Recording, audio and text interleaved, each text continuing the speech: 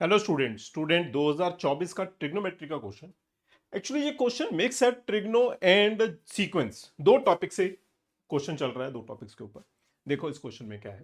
पहले trigonometry solve करूंगा, फिर सीक्वेंस के ऊपर लेके जाऊंगा क्वेश्चन को। देखो इस क्वेश्चन में सबसे पहले आप इस इक्वेशन को सिंप्लीफाई करोगे। क्वेश्चन गिवन है this equation has exactly 7 solution in this interval. कोई इंटरवल गिवन है, उसमें टोटल 7 सॉल्यूशंस है। For the least value of n belongs to natural number, मतलब जो एन की लीस्ट वैल्यू आएगी इसमें से, जिस मतलब यहां पे जहां तक कि 7 सॉल्यूशंस आ जाएं उस टर्म तक जो लीस्ट वैल्यू आएगी, देन समेशन ऑफ के अपॉन 2 के इज इक्वल टू, तो अब हमें समेशन वाली टर्म फाइंड आउट करनी है।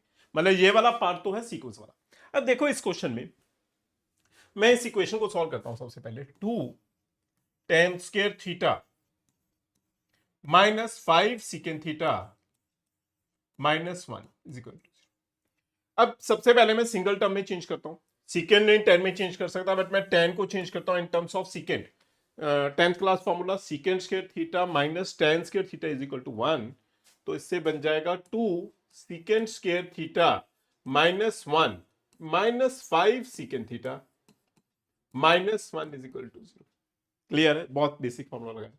इसमें इक्वेशन बन जाएगी, अगर आप इसे इक्वेशन बनाओगे, 2 secant square theta minus 2 minus 5 secant theta, और ये बन जाएगा -2 और -1 -3 इज इक्वल टू 0। फैक्टर्स बनाओ, मतलब मिडिल टर्म स्प्लिट करते। मिडिल टर्म स्प्लिट करोगे, माइनस है 6, तो ये बन जाएंगे फैक्टर्स इस केस में 2 secant square theta minus 6 secant theta plus secant theta -3 is equal to 0। इसमें से कॉमन जो आएगा वो आ जाएगा 2 सीकेंड थीटा कॉमन, अंदर बच जाएगा सीकेंड थीटा -3 प्लस 1 कॉमन, अंदर क्या बच जाएगा secant theta -3 is equal to 0। इस इक्वेशन में आपके पास बन जाएगा 2 secant theta plus 1 into secant theta -3 is equal to 0। इसे आप लिख सकते हो secant theta is equal to -1/2 and secant theta is equal to 3। मैं रेसिप्रोकल कर दूंगा, अगर रेसिप्रोकल तो cos थीटा -2 हो जाएगा and cos theta is equal to 1/3 आ जाएगा। ये तो पॉसिबल नहीं है। क्यों पॉसिबल नहीं है? क्योंकि cos की मैक्सिमम वैल्यू कितनी होती है? 1। cos लाई करेगा between -1 and 1। cos between -1 and 1 lie करेगा, तो -2 तो पॉसिबल नहीं है। अब cos theta is equal to आ गया 1/3। cos थीटा की वैल्यू आ जाएगी 1/3। अब cos डायरेक्टली तो 1/3 नहीं पता, बट अगर मैं ग्राफिकली सॉल्यूशंस फाइंड आउट करता हूं, अगर ग्राफिकली सॉल्यूशंस देखना है, वो भी कितने 7 सॉल्यूशंस, कहां तक आएंगे इस इंटरवल में। इसके लिए ग्राफ ही यूज करोगे, मतलब ग्राफ में जितनी जगह पर इंटरसेक्ट कर जाएगा वो नंबर ऑफ सॉल्यूशंस होते हैं। अगर दो ग्राफ्स जितनी जगह पर इंटरसेक्ट कर जाएंगे वो नंबर ऑफ सॉल्यूशंस आएंगे। कैसे दो ग्राफ्स? अगर मैं दो अलग अलग ग्राफ ड्रॉ कर दूं, एक y is equal to cos theta और दूसरा y इज इक्वल टू 1/3, दोनों का ग्राफ ड्रॉ करता हूं, जितनी जगह पर ये इंटरसेक्ट कर जाएंगे उतने नंबर ऑफ सॉल्यूशंस आएंगे। हमें तो 7 सॉल्यूशंस पता है, ग्राफ ड्रॉ करो 7 सॉल्यूशंस तक चलते हैं। अब इस केस में पहले मैं ग्राफ ड्रॉ करने जा रहा हूं। इस केस में 0 टू स्टार्ट है, मतलब यहां पे मैं पहले ही ग्राफ कुछ इस तरह से कर लेता हूं कि बहुत नियरेस्ट।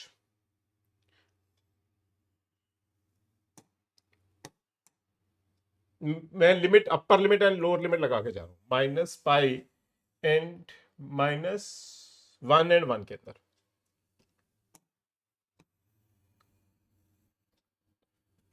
ऊपर मैंने 1 ड्रॉ कर दिया, नीचे -1 ड्रॉ कर लिया। जहां तक ये सोल्यूशन जाएगा देखते हैं। जो साइन कॉस का ग्राफ है वो cos 0 1 है।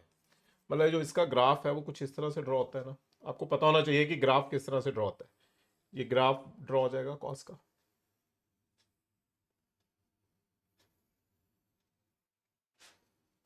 इसका कोई एंड नहीं होता, दोनों तरफ जितना मर्जी चलाओ कोई फर्क नहीं। एक्चुअली मैं लेके जाना चाहता हूं मैक्सिमम जहां तक कि 7 सोल्यूशन आ जाए। तो यहां पे आएगा π/2, इस जगह पे आ जाएगा 3π/2, 5π/2, 7π/2, यहाँ पे हो जाता है 9π/2, 11π/2, 13π/2 13 pi by 2, 15 pi by 2, 17 pi by 2 आ जाएगा। देखो दूसरा नंबर है cos 1/3। एक आ गया solution, cos theta graph draw हो गया। ये मिनिमम वैल्यू -1 है, मैक्सिमम 1 है, तो जो 1/3 आएगा कुछ यहां पे आएगा 1/3। अब चेक करना है कितनी जगह पर y 1/3 मतलब 1/3 के ऊपर स्ट्रेट लाइन आ जाएगी। y इज इक्वल टू 1/3 मतलब 1/3 के ऊपर स्ट्रेट लाइन। अब कितनी बार देखना है, कितने सॉल्यूशंस हैं? 7 सॉल्यूशंस। मैं स्ट्रेट लाइन ड्रॉ करूंगा जहां तक 7 सॉल्यूशंस नहीं ड्रॉ हो जाते। स्ट्रेट लाइन ड्रॉ कर देते हैं पहले तो। मैं स्ट्रेट लाइन ड्रॉ कर रहा हूं यहां से। ये ग्राफ है y इज इक्वल टू 1/3 का, जो मैं लाइन ड्रॉ कर रहा हूं straight line y is equal to 1/3, यहां तक मैंने ड्रॉ की। अब नंबर ऑफ सॉल्यूशंस काउंट करो कि किस जगह तक 7 सॉल्यूशंस है। 7 सॉल्यूशंस, 1 सॉल्यूशन, 2 सॉल्यूशन, देखो 1 2 3 4 5 6 7, इस जगह पर हमारे टोटल 7 सॉल्यूशंस आ गए। काउंट कर सकते हैं ना, क्योंकि बोला 7 सॉल्यूशंस। 1 यहां से स्टार्ट होगा, क्योंकि 0 से ग्रेटर, 0 भी हो सकता है बट 0 पे से ग्रेटर में ही आएगा ना, क्योंकि 0 पे तो 1 होता है। वो 1/3 1 आया सोल्यूशन, फिर 2 3 4 5 6 7, यहां पर उसके 7 सोल्यूशन खत्म हो गए। किस इंटरवल तक? इंटरवल कहां तक गया? 0 टू n पाई बाय 2 तक।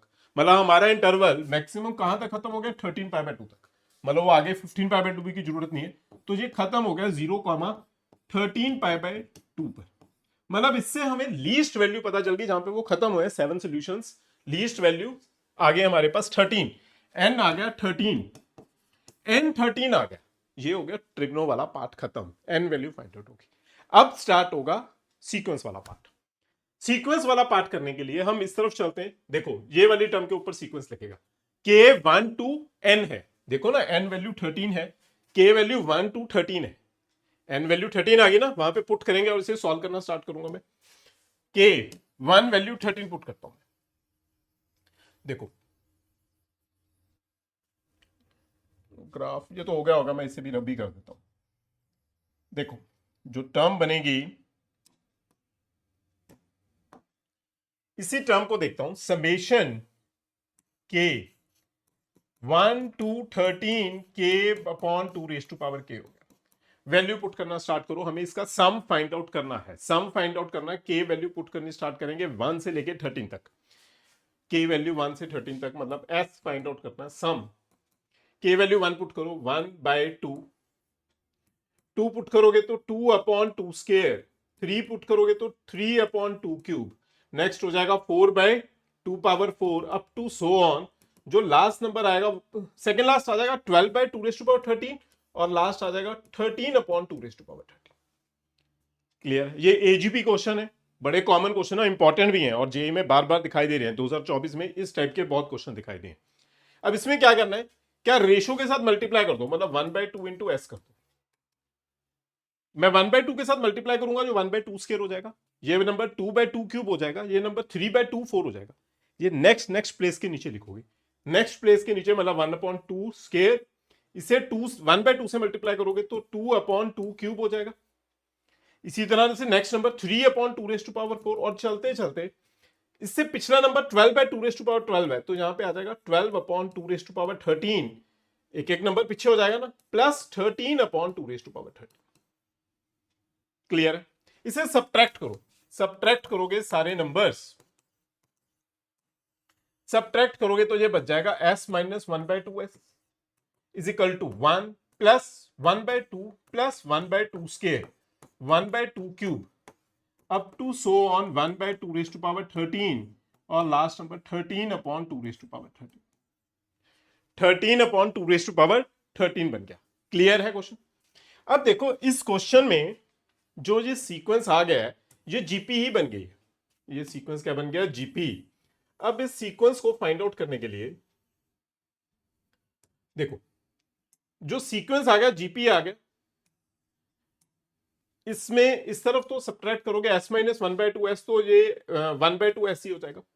यहां पे जीपी का सम का फॉर्मूला, जीपी सम फॉर्मूला क्या हो जाता है? Sum of GP a r raise to power r less than 1 है, 1 minus r raise to power n upon 1 minus r है जीपी सम फॉर्मूला।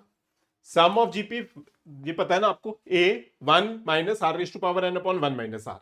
तो इसे आप क्या लिख सकते हो, a value 1 upon 2, 1 minus 1 by 2 raise to power कितना हो जाएगा, क्योंकि ये 1 से लेके 13 टर्म्स है, 13 whole divided by 1 minus 1 by 2, पीछे रिमेनिंग टर्म बच जाएगी 13 2 रेज टू पावर 13। क्लियर है?